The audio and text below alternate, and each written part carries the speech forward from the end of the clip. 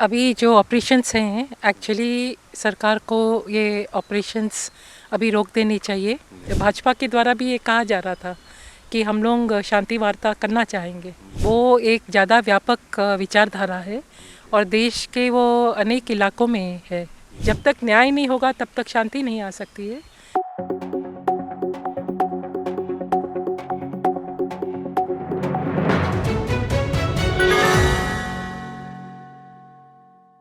हमारे साथ बेला भाटिया जी हैं, जो मानवाधिकार वकील हैं, सामाजिक कार्यकर्ता हैं और बहुत से सामाजिक मुद्दों पर मुखर होकर अपनी बात रखती हैं। हम बस्तर को लेकर जो अभी हालात हैं, ऑपरेशंस हो रहे हैं, एंटी नक्सल ऑपरेशंस, हम जानना चाहेंगे कि मैम, जो ये नक्सल ऑपरेशंस चल रहे हैं बस्तर में, इसको लेकर आपका क्या मानना है, क्या सोचना है? अभी जो ऑपरेशंस हैं एक्चुअली सरकार को ये ऑपरेशंस अभी रोक देनी चाहिए और 28 मार्च के बाद से सीपीआई माओइस्ट मतलब माओवादी पार्टी के द्वारा उनका पहला प्रेस विज्ञप्ति आया था, जिसमें उन्होंने कहा था कि वो युद्ध विराम चाहते हैं और वो शांति वार्ता के लिए तैयार हैं। उसके बाद अप्रैल महीने, मई महीने में कुल मिला के अभी तक 6 उनकी प्रेस विज्ञप्ति आ चुकी है। उनके ही एक सीनियर लीडर रुपेश ने उन्होंने अप्रैल महीने में कहा था कि हम क्योंकि भूमिगत है इसलिए हम लोग सब एक दूसरे के साथ मिल नहीं सकते और कोई भी निर्णय लेने के लिए मिलना ज़रूरी है।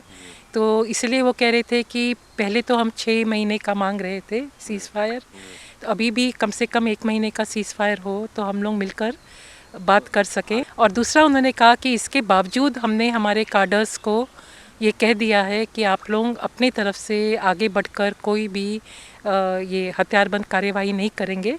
आप लोग अब अगर ऐसी सिचुएशन हुई कि आप ट्रैप हो गए हैं तो आप अपने बचाव में करेंगे, मगर आप लोग खुद नहीं करेंगे। तो इस तरह का उन्होंने कहा है।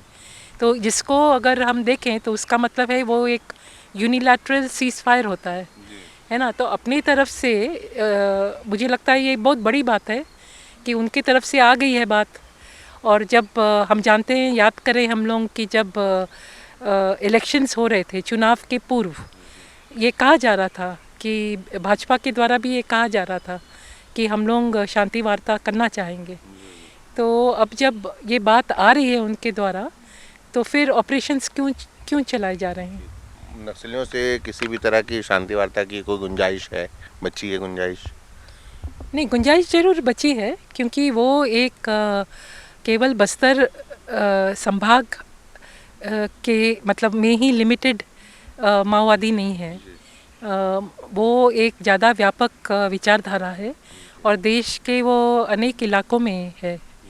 तो इसीलिए ज़रूर मुझे लगता है शांति वार्ता करके ही इस पूरे मतलब उनसे बात करनी चाहिए। नक्सलियों को लेकर मतलब अक्सर ये बात आती है कि नक्सलियों के खिलाफ जब भी कोई मुठभेड़ होती है या कोई ऑपरेशन चलता है तो उसकी काफ़ी चर्चा होती है मानवाधिकारों को लेकर।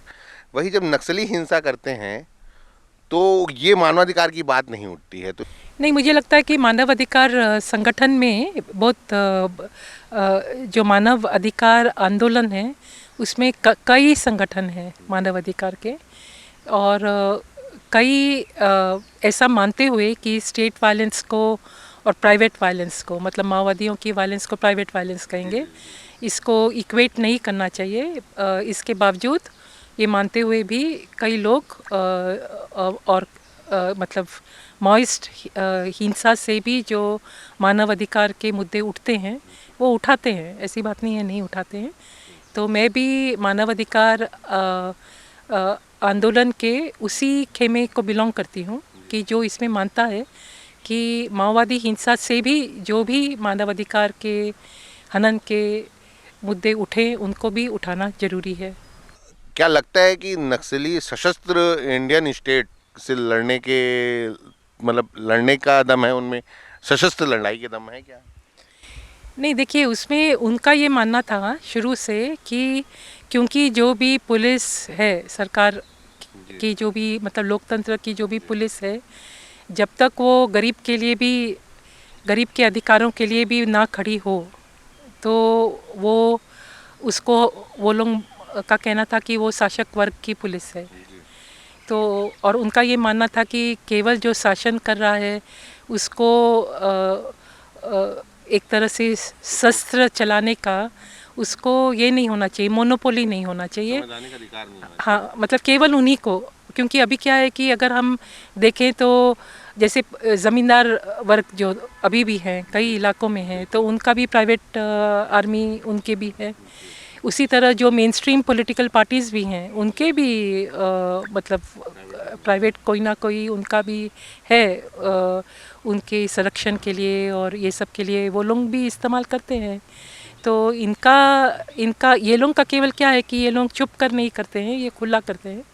और इनका यही मानना है कि जो उनके मतलब विश्लेषण में कि जो भी लोकतंत्र की पुलिस है वो गरीब के लिए खड़ी नहीं हुई है, वो जो ज़्यादा जो अमीर वर्ग है उसके प्रॉपर्टी को बचाने में लगी रही है, उसके इंटरेस्ट में वो मतलब काम करती आई है पुलिस। हाँ हाँ, तो इसलिए उनका कहना था कि जो फिर अगर मज़दूर के लिए जो गरीब किसान है जो जिसका शोषण हो रहा है तरह तरह का सामाजिक, आर्थिक, राजनीतिक, तो इस तरह का जो अगर उसके पास में सामने वाला शोषण भी कर रहा है, सामने वाला बल का भी उपयोग कर रहा है, पुलिस भी उसी के साथ खड़ी रहेगी, तो ये वाला आदमी कहाँ जाएगा। तो इसीलिए उनका कहना था कि इसको भी अधिकार है अपने बचाव के लिए, इसके लिए वो उठाए। तो ये उनके विचारधारा में वो ये इसको मानते हैं। यही सब बातें हैं जो मुझे लगता है शांति वार्ता अगर हो, और इसको शांति और न्याय वार्ता बोलना चाहिए, क्योंकि जब तक न्याय नहीं होगा तब तक शांति नहीं आ सकती है। और नक्सली सशस्त्र हिंसा का रास्ता छोड़कर संवैधानिक लोकतंत्र का जो रास्ता है उसे क्यों नहीं अपनाना चाहते, अहिंसा के रास्ते से लड़ाई क्यों नहीं लड़ना चाहते? क्योंकि हमारे पास अहिंसा से लड़ाई का बहुत बड़ा एग्जाम्पल महात्मा गांधी के तौर पर है। विचारधारा बड़े भले ही अलग हो, लेकिन महात्मा गांधी एक बड़ा उदाहरण है कि अहिंसा से किस तरह लड़ाई लड़ी जा सकती है। तो उस रास्ते पे यकीन क्यों नहीं करते?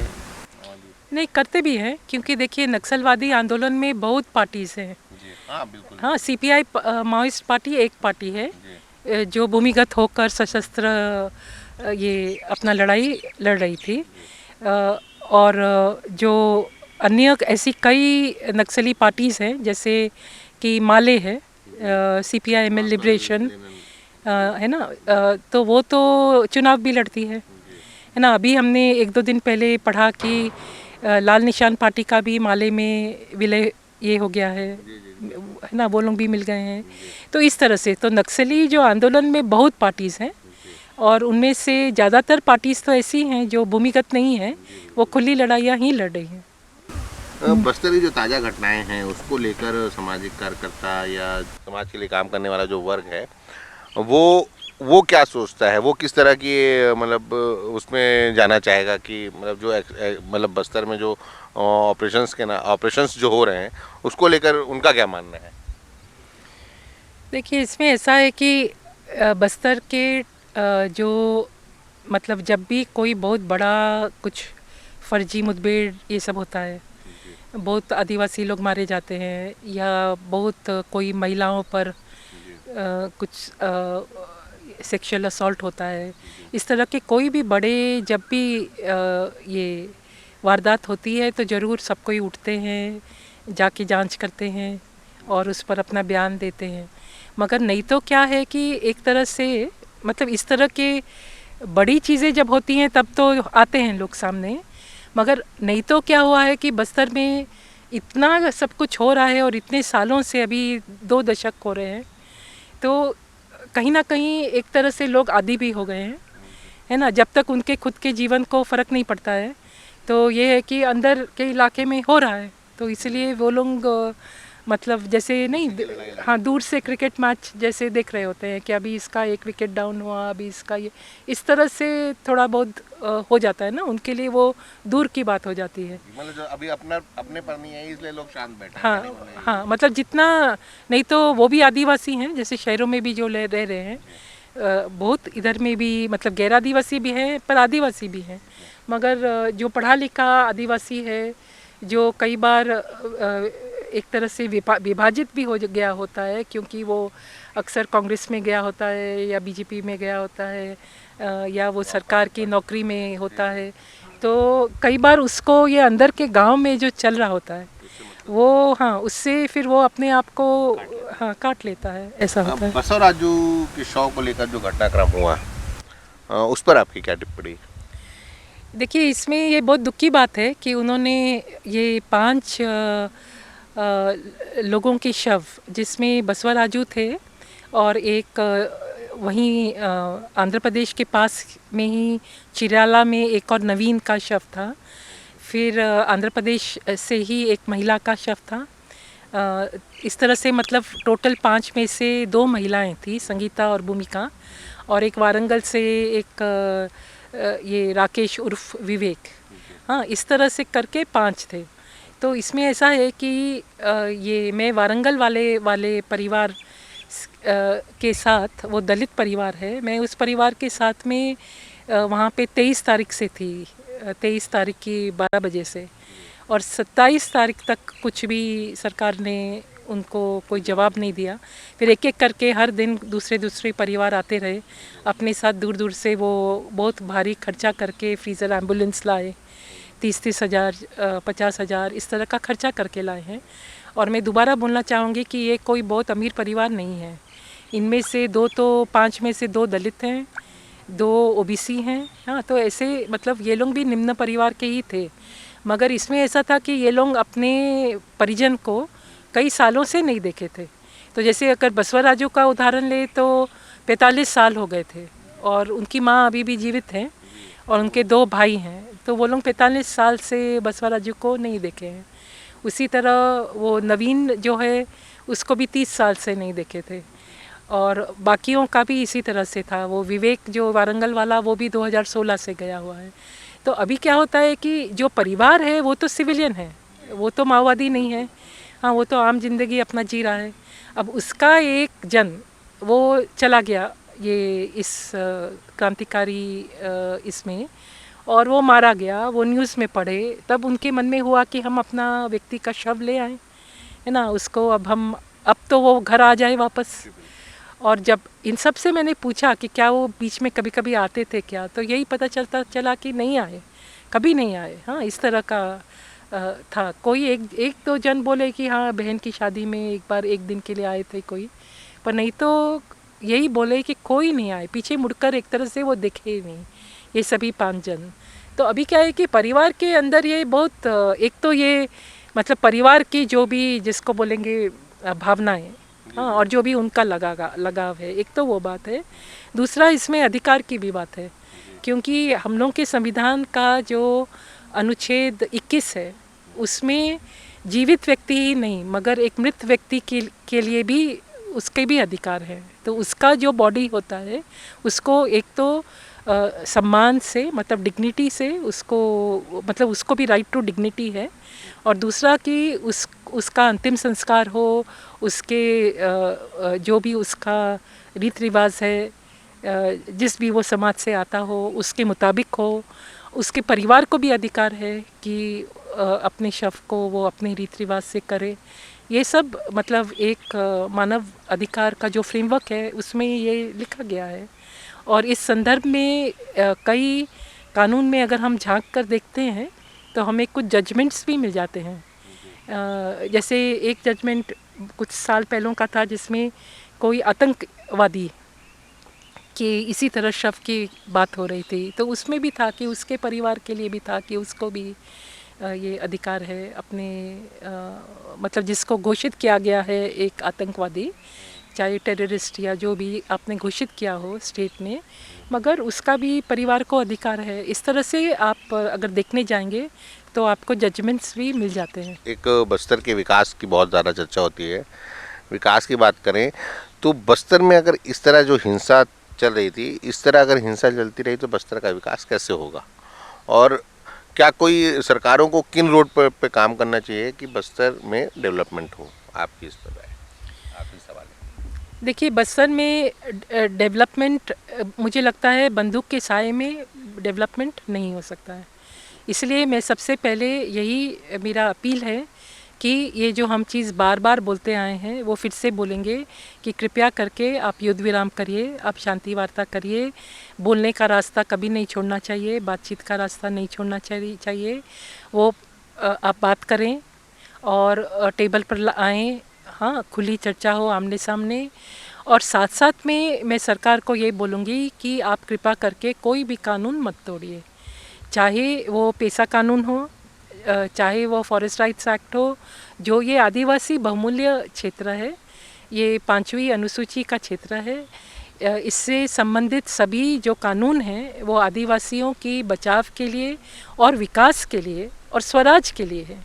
तो इसीलिए मतलब विकास की परिभाषा में उनका स्वराज भी आता है, उनकी ऑटोनॉमी आती है ना। और हमें बस्तर वासियों को नहीं चाहिए कि यहाँ पे जो बस्तर भूमि में इतना सैन्यकरण जो हो गया है, उनकी ही ज़मीन पर, उनके गांव की ज़मीन पर कैंप्स हैं। यहाँ कम से कम 300 या 350 जितने कैंप्स हैं। तो इसीलिए ये कैंप्स को भी वापस जाना चाहिए। कोई भी क्षेत्र में पूरा समय एक छावनी की तरह अगर वो क्षेत्र हो और फिर आप बोलेंगे कि नहीं हम उस बीच में थोड़ा थोड़ा मतलब वो बोलेंगे कि हम विकास भी कर रहे हैं, हमने इधर टावर लगाया, हमने इधर सड़क बनाई, हमने इधर स्कूल बनाया, यहाँ पे हमने ये किया, मगर कुछ भी हो, कौन आप चाहेंगे कि आपके वहाँ छावनी में आप हो, आपके घर में, आपके गांव में सर्चिंग कोम्बिंग में 200-300 लोग आ रहे हों? क्या कोई भी ऑफिसर ऐसा एकदम कॉन्फिडेंस से कह सकता है कि वो हर एक जो भी सिपाही है एकदम हर एक सिपाही पर उसका पूरा नियंत्रण होता है क्या? नहीं होता है। तो ये सब मतलब अगर आप बंदूक के साए में और डर के साए में अगर आप जी रहे हो तो वो लोकतांत्रिक व्यवस्था नहीं, एक आज़ाद लोकतंत्र के तहत ऐसा नहीं होना चाहिए। तो हमारे साथ थी मानवाधिकार का वकील और सामाजिक कार्यकर्ता बेला भाटिया, जिन्होंने बस्तर के मानवाधिकारों से लेकर बस्तर के विकास को लेकर बात की। कैमरा पर्सन यासीन मेमन के साथ दानिश अनवर, द लेंस।